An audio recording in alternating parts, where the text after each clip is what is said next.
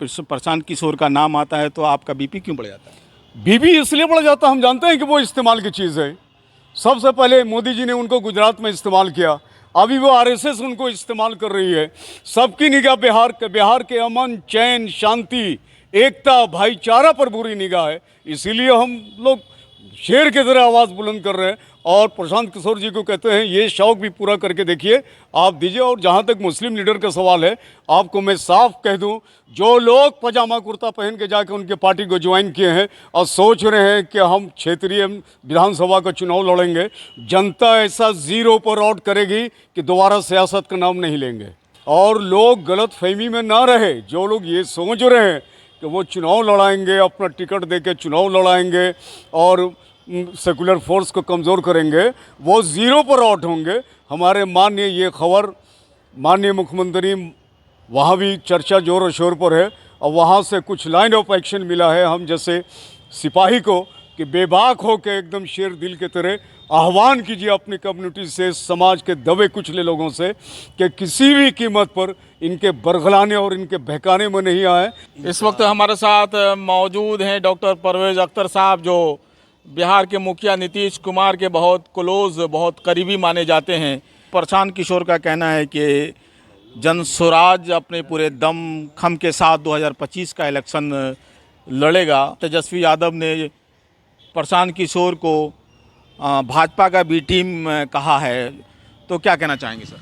मैं आपसे सिर्फ ये कहना चाहता हूँ, अभी जो खेल तमाशा हो रहा है हिंदुस्तान की सियासत में, ख़ास करके बिहार को, और बिहार को हमारे माननीय गृह मंत्री अमित शाह जी और पूरी आरएसएस की लॉबी ये बिहार को अपने निशाने पर लिए हुई है और बड़ी खूबसूरती से इन्होंने प्रशांत किशोर को हायर किया है।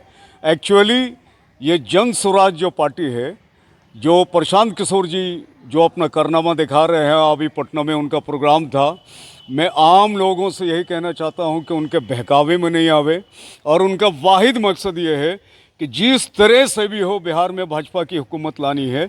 इसीलिए एक तरफ वो माननीय नीतीश कुमार, मुख्यमंत्री नीतीश कुमार जी के पीठ पर छुरा चला रहे हैं, दूसरी तरफ वो आरजेडी के भी सख्त खिलाफ हैं। उनका वाहिद मास्टर प्लान आरएसएस का ये है कि बिहार में जो सेकुलर फोर्स है, जो भाजपा आरएसएस को आज तक टिकने नहीं दिया, उसको किस तरह से कमज़ोर किया जाए। तो कमज़ोर कैसे किया जाए? जो उनके वोटर हैं उनके अंदर इंतशार पैदा किया जाए और उनको डिवाइड किया जाए, तभी आरएसएस का मकसद पूरा हो सकता है। और इसी मकसद के लिए प्रशांत किशोर जी को लाया गया है। सर, ये प्रशांत किशोर ने कहा कि मैं जिसका हाथ पकड़ लेता हूँ वो पीएम और सीएम बन जाता है। देखिए, जिनका हाथ पकड़ लेते हैं वो पीएम और सीएम बन जाए, पता नहीं गिरिराज सिंह को वो बिहार का मुख्यमंत्री बनाना चाहते हैं, यही मैनिफेस्टो होगा।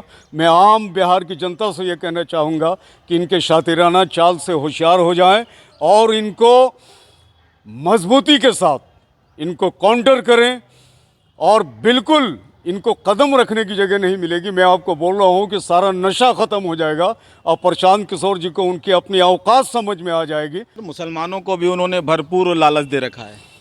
देखिए, जहाँ तक मुसलमानों की बात है, आपने बड़ा अच्छा कहा, बड़ी अच्छे नुक्ते पर आपने उंगली रखी है।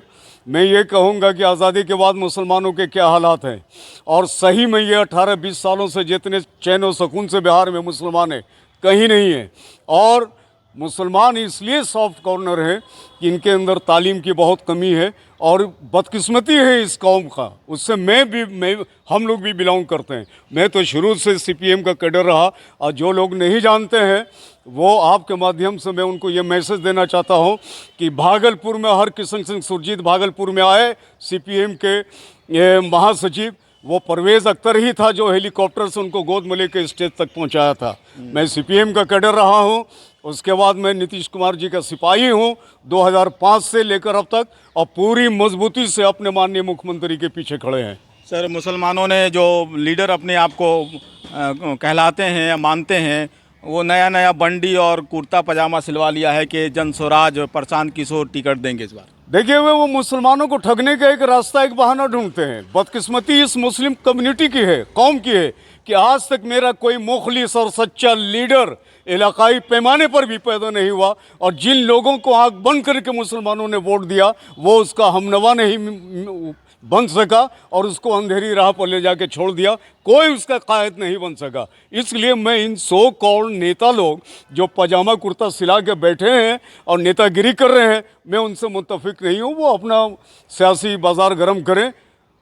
अवाम को अब होश आ गई है, अक़लियत कौम मुस्लिम कौम भी अब बेदार होने लगी है। उससे पता है कि हमारा भला और हमारा वफा किस तरफ है, मुझे किस तरफ जाना चाहिए। तो क्या सर आप ये मानते हैं कि मुसलमान का बेस्ट लीडर, बेस्ट नेता वो नीतीश कुमार हैं? बेशक, मैंने अभी आपको कहा कि 2 दिन पहले ये गलत नहीं है। आप संजय सिंह जी, गांधी जी जो एडवाइज़र है मुख्यमंत्री के, उनसे बात कर लें, वो कहेंगे कि हाँ परवेज जी से हमसे 2 घंटा बात हुई है, एक दिन में 2 घंटा, और प्रशांत किशोर जी के मैटर पर ही।